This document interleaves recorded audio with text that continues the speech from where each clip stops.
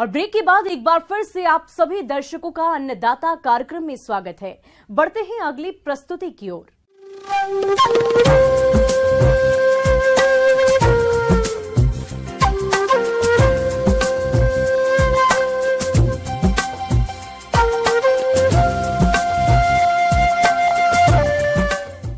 और मौसम के अनुसार प्रबंधनों पर ही टिकी है आपकी खेती बाड़ी, इसलिए मौसम पूर्वानुमान और उस पर आधारित साप्ताहिक कृषि सलाह इस प्रकार है।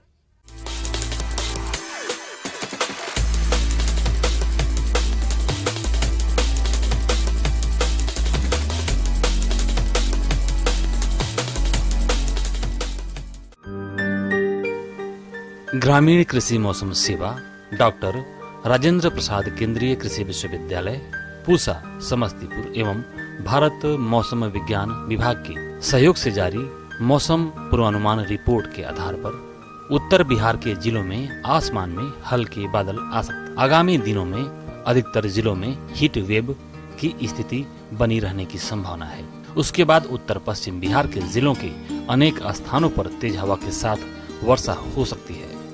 इसका प्रभाव मुजफ्फरपुर, दरभंगा और समस्तीपुर जिलों के 1-2 स्थानों पर भी पड़ सकता है। आने वाले दिनों में अधिकतम तापमान 41 से 43 डिग्री सेल्सियस के बीच रह सकता है, जबकि न्यूनतम तापमान 24 से 27 डिग्री सेल्सियस के आसपास रह सकता है।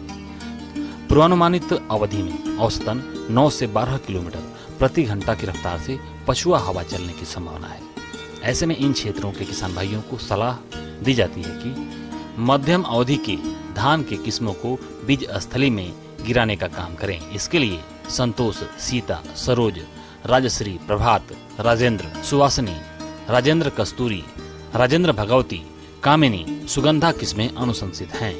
1 हेक्टेयर एरिया में रोपाई के लिए 800 से 1000 वर्ग मीटर एरिया पर बीज गिराएं। नर्सरी में क्यारी की चौड़ाई 1.25 से 1.5 मीटर और लंबाई सुविधा के अनुसार रख सकते हैं। बीज को गिराने से पहले कार्बेंडाजिम 2 ग्राम से प्रति किलोग्राम बीज को उपचारित करके ही बुआई करें। जिन किसान भाइयों के पास सिंचाई की सुविधा हो और लंबी अवधि वाले धान लगाना चाहते हैं तो वे राजश्री, राजेंद्र मंसूरी, राजेंद्र श्वेता, किशोरी, स्वर्ण सब 1, बीपीटी 5204 और सत्यम आदि किस्में जल्द से जल्द बीज स्थली में गिराने का प्रयास करें। जितने क्षेत्र में धान का रोपा करना हो उसके 10वें हिस्से में बीज गिराएं। गर्मा सब्जियों जैसे भिंडी, नेनुआ, करेला, लौकी और खीरा की फसल में आवश्यकता अनुसार सिंचाई और निराई गुड़ाई करें। कीट व्याधियों से फसल की बराबर निगरानी करते रहें। प्रकोप दिखाई देने पर अनुशंसित दवा का छिड़काव करें। फल वाली सब्जियों में नाइट्रोजन का उपरिवेशन करें और कीट नियंत्रण के लिए मेलाथियान 2 मिलीलीटर प्रति लीटर पानी की दर से घोल बनाकर 7 से 10 दिन के अंतराल पर फल तोड़ने के बाद 2 बार छिड़काव करें। कद्दू वर्गीय सब्जियों में चूड़िल आसिता के आक्रमण होने पर केराथेन 1.5 ग्राम प्रति लीटर पानी की दर से या 25 किलोग्राम सल्फर पाउडर प्रति हेक्टेयर की दर से भुरकाव करें। अल्प अवधि वाले धान की किस्म एवं सुगंधित धान की किस्म का बिचड़ा बीज स्थली में 20 जून से 10 जुलाई तक बोने के लिए अनुशंसित है। सुगंधित किस्मों का बिचड़ा बीज स्थली में पहले से गिराने से उसकी सुगंध खत्म हो जाती है। लीची तोड़ने के बाद लीची के बगीचों की जुताई कर खाद एवं उर्वरकों का प्रयोग करें। प्रति प्रौढ़ पेड़ 60 से 80 किलोग्राम कंपोस्ट अथवा गोबर की खाद, 2.5 kilogram urea, 1.5 kilogram single super phosphate, 1.3 kilogram muriate of potash और 50 ग्राम सुहागा के मिश्रण को वृक्ष के पूरे फैलाव के समरूप बिछाकर मिट्टी में मिला दें। पशुओं के चारा के लिए ज्वार, बाजरा और मक्का की बुआई करें। पशुओं के प्रमुख रोग एंथ्रेक्स, ब्लैक क्वार्टर एवं एचएस से बचाव के लिए पशुओं को टीका लगवाएं।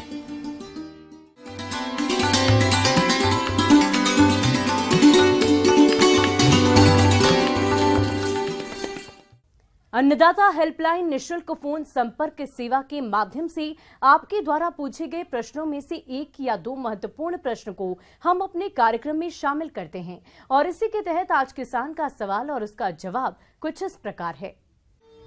आज की अन्नदाता हेल्पलाइन में हमने जिस प्रश्न को शामिल किया है उसे पूछा है, ग्राम कोल्हर जिला दुमका के विशाल कुमार ने।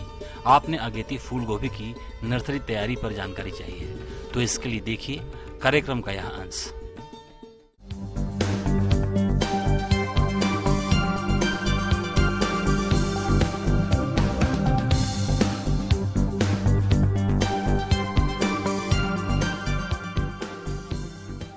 आज हम लोग बात करेंगे अगेती गोभी की नर्सरी प्रबंधन के बारे में। तो हम लोग जैसे जानते हैं अगेती गोभी हमारे पूर्वी भारत क्षेत्र में काफ़ी होती है और बिहार में भी काफ़ी अगेती खेती की प्रचलन है, क्योंकि जो गोभी बाज़ार में पहले आता है उसका कीमत भी काफ़ी अच्छा रहता है। लेकिन कोई भी फसल अच्छा होने के लिए जो है नर्सरी उसकी अच्छी होनी चाहिए। जो बिजड़ा हम लोग लगाते हैं वो स्वस्थ होना चाहिए। नर्सरी के लिए जो है हम लोग इस समय पे जो लगाते हैं अगेती गोभी को जो लगाएंगे हम लगभग मई के अंत से लेके जून भर या फिर जुलाई के भी पहले हफ्ता तक हम लोग लगा सकते हैं। किसान भाइयों, नर्सरी तैयार करने में एक सबसे बड़ा पहलू है प्रजातियों का चुनाव। वैसे तो आजकल कई किस्में बाजार में उपलब्ध हैं, लेकिन किसान भाइयों को चाहिए कि अपने क्षेत्र के अनुसार किस्मों का चयन करें, जो इस प्रकार है। अगेत गोभी का जो है कुछ वैरायटीज जो है वही वैरायटीज इसी समय पे लगाना होगा। इसमें से हमारी यूनिवर्सिटी की सबौर अग्रिम है, पूसा मुक्ता है, फिर जो है सबौर मुक्ता भी हम लोग ला रहे हैं, अर्ली कुंवारी है, पूसा कटकी है। ये सारे जो वैरायटीज़ है ये अगेत गोभी की वैरायटी है। इन वैरायटी को हम लोग लगाएंगे। और इस समय क्योंकि बारिश शुरुआत होती है तो इसीलिए नर्सरी बेड हम लोग जो बनाएंगे वो ऊंची बनाएंगे, रेज्ड बेड जिसको हम लोग बोलते हैं। तो वैसे नर्सरी बेड हम बनाएंगे, लगभग 15 सेंटीमीटर ऊंची बेड्स होगी, रेज्ड बेड होगी। खाद और उर्वरकों का प्रयोग सब्जियों की नर्सरी हेतु 3 मीटर लंबी क्यारी के लिए 10 किलोग्राम गोबर की सड़ी खाद नर्सरी की जमीन तैयार करते समय मिला दी जाती है। इसके अलावा इसमें पोषक तत्व के रूप में 100 ग्राम यूरिया, 150 ग्राम DAP और 120 ग्राम MOP प्रति क्यारी की दर से मिलाकर पौधशाला तैयार करते हैं।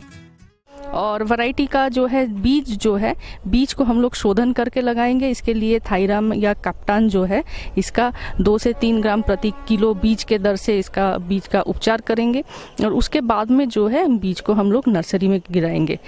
बीज उपचार करके लगाने से जो है फफूंद जनित जो भी रोग आते हैं, डैम्पिंग ऑफ जैसे आर्द्र गलन जिसको बोलते हैं, तो ऐसे रोग जो है नर्सरी में नहीं आएगी और बिजड़ा जो है स्वस्थ रहेगी। बाद में हम लोग नर्सरी में लगाएंगे, लाइन में सोइंग करेंगे, लाइन में इसको लगाएंगे, छोटा जो है लाइंस बनाएंगे।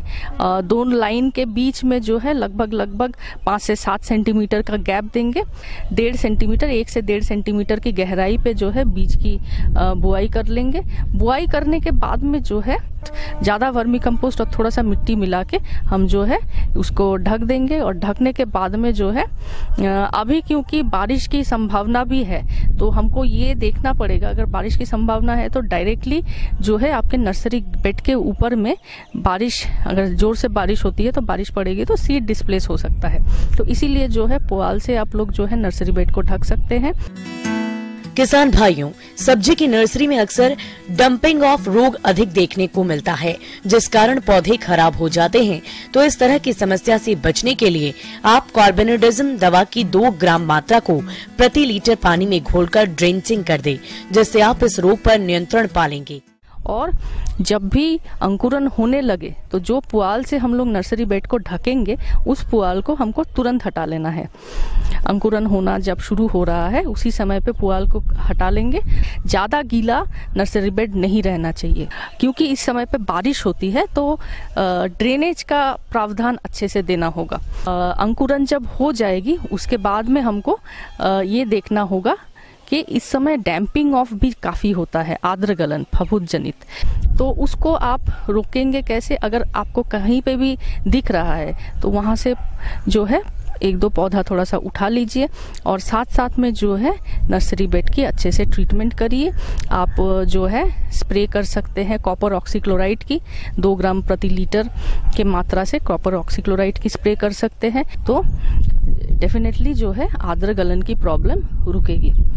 और अगर इसी सही समय पे लगाते हैं, सही वैरायटी लगाते हैं और बिजड़ा अच्छा से बनाते हैं तो बेशक आपका जो फसल है वो बहुत अच्छा होगा। किसान भाइयों, अब बात करते हैं पौधों की कठोरीकरण की। तो जब पौधे थोड़ी बड़े हो जाएं, तब उसे अधिक धूप और कम पानी देना चाहिए। रोपाई के एक सप्ताह पहले पौधों की अच्छी तरह से उन्हें धूप भी मिलना चाहिए और एक दिन छोड़कर दूसरे दिन सिंचाई करनी चाहिए या पौधे उखाड़ने के लिए 2 से 3 दिन पहले सिंचाई बंद कर देनी चाहिए। ये क्रिया करने से पौधे कठोर हो जाते हैं और उनमें रोपण के समय झटकों को सहन करने की क्षमता बढ़ जाती है। सामान्यतः 4 से लेकर 6 सप्ताह के पौधे जब 10 से 15 सेंटीमीटर ऊंचे और 4 से 6 पत्तियों वाली अवस्था पर हो जाते हैं, तब इन्हें रोपण के लिए सही समझा जाता है। किसान भाइयों, अन्नदाता आपकी सेवा के लिए संकल्परत है। कृषि संबंधित समस्या और सुझाव के लिए आप हमें इस पते पर संपर्क कर सकते हैं। प्रोड्यूसर अन्नदाता, news 18 Bihar Jharkhand, Ramoji film city, Hyderabad 501512 और साथ ही आप हमें ईमेल भी कर सकते हैं। हमारा ईमेल आईडी है p18annadatabihar@nw18.com। इसके अतिरिक्त आप हमें निःशुल्क हेल्पलाइन नंबर 180088926163 पर सोमवार से लेकर शनिवार सुबह 10 बजे से शाम 4 बजे के बीच संपर्क कर सकते हैं। किसान भाइयों, अब समय हो रहा है आपसे विदा लेने का, तो हमारी अन्नदाता टीम को दीजिए इजाजत। कल फिर आपसे मुलाकात होगी कृषि संबंधित कुछ और महत्वपूर्ण जानकारियों के साथ। नमस्कार।